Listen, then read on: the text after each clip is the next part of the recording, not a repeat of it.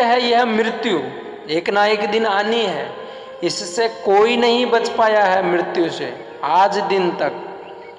बड़े बड़े सुरवीर राजा महाराजा आए जिन्होंने पृथ्वी को जीतने का निश्चित किया था, लेकिन फिर भी मृत्यु से नहीं बच पाए।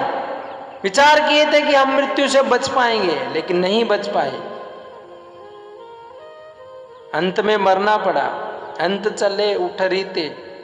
रावण जैसे बड़े बड़े अहंकारी राजा आए, जैसे चलत दशानन डोलत अवनी, ये पृथ्वी डोलने लगती थी, ऐसा रावण अपनी भ्रुकुटी से देवताओं को हिलाता था, लेकिन फिर भी मृत्यु से नहीं बच पाया। जीवन का अटूट सत्य है मृत्यु एक दिन आनी है। कितना भी प्रयास कर लो बचने का, नहीं बच पाओगे, आके ही रहेगी मृत्यु। इसलिए मृत्यु आने से पहले इसको सवार लेना चाहिए। कैसे मृत्यु से बचा जा सके ये कार्य कर लेना चाहिए। बुद्धिमान व्यक्ति एक घर खाली करता है तो उससे पहले दूसरा घर का निर्माण करवाता है। उसी प्रकार ये आत्मा इस शरीर को खाली करती है तो उससे पहले दूसरे अच्छे शरीर का निर्माण करवा लेना चाहिए, नहीं तो अधोगति होगी, मृत्यु से नहीं बच पाओगे। इकट्ठे कर जहां के घर सभी मुल्कों के मालिक थे, सिकंदर जब गया दुनिया से तो दोनों हाथ खाली थे। सिकंदर मरा तो अपने सहायक सैनिकों को, मंत्रियों को बोला कि जब मैं मरूं और मुझे आप दफनाओ तो मेरे दोनों हाथ बाहर रखना। क्यों? क्योंकि मैं जीते जी नहीं समझ पाया कि एक दिन मुझे मरना है, लेकिन मेरे इस मृत शरीर को देखकर दुनिया वाले ये तो समझ जाए कि एक दिन मरना है। मरना जीवन का कटु सत्य है, इसको लोग स्वीकार नहीं करना चाहते हैं, लेकिन स्वीकार करना ही पड़ेगा, क्योंकि एक दिन सबको मरना है। एक व्यक्ति तो कहते हैं भाई मरना मरना मत बोलो, मरना मरना मत बोलो, बहुत डर लगता है। डरती है रूह यारो और जी भी कांपता है, मरने का नाम मत लो, मरना बहुत बुरी बला है। वास्तव में मरने में इस जीव को बहुत कष्ट होता है, शरीर को बहुत कष्ट होता है। कहा जाता है कि जब एक साथ 1000 बिच्छू डंक मारे उतने दर्द का अनुभव होता है जब ये आत्मा इस शरीर को छोड़कर जाती है। इतना पस जाता है कि शरीर को, देह को छोड़ना नहीं चाहता है, बहुत कष्ट उठाना पड़ता है। मृत्यु मतलब बहुत कष्टदायक है। व्यक्ति सोचे कि ऐसे ही मर जाएंगे, नहीं, जो मरता है उनको पूछो। पापमय कार्य करता है तो मल मूत्र निकल जाता, मल मूत्र का त्याग हो जाता है। अच्छे कार्य करते तो ऊर्ध्वम गच्छन्ति सत्वता, अच्छे कार्य करोगे तो ऊंचे लोक में जाएंगे, और अध कार्य करोगे तो नीचे के लोक में जाएंगे। अटूट सत्य है मृत्यु, एक दिन सबको आनी है, कोई बचेगा नहीं इससे।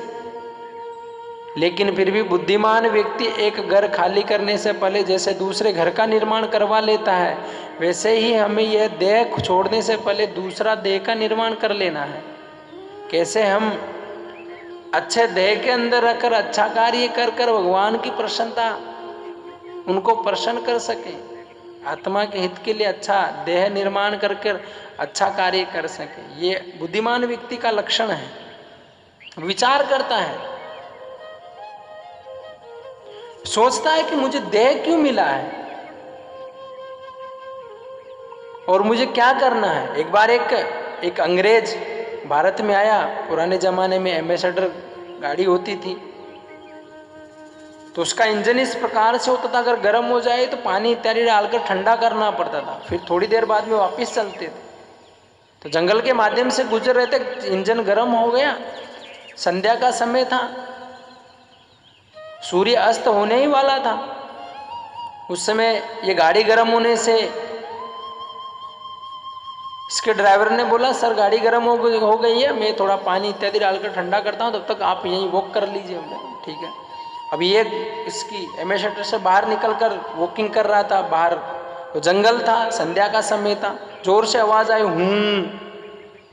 तो ये बोला हूँ, मतलब कोई मुझे पूछ रहा है कि हु आर यू, तो इसने बताया कि आई एम पीटर, मैं पीटर हूँ।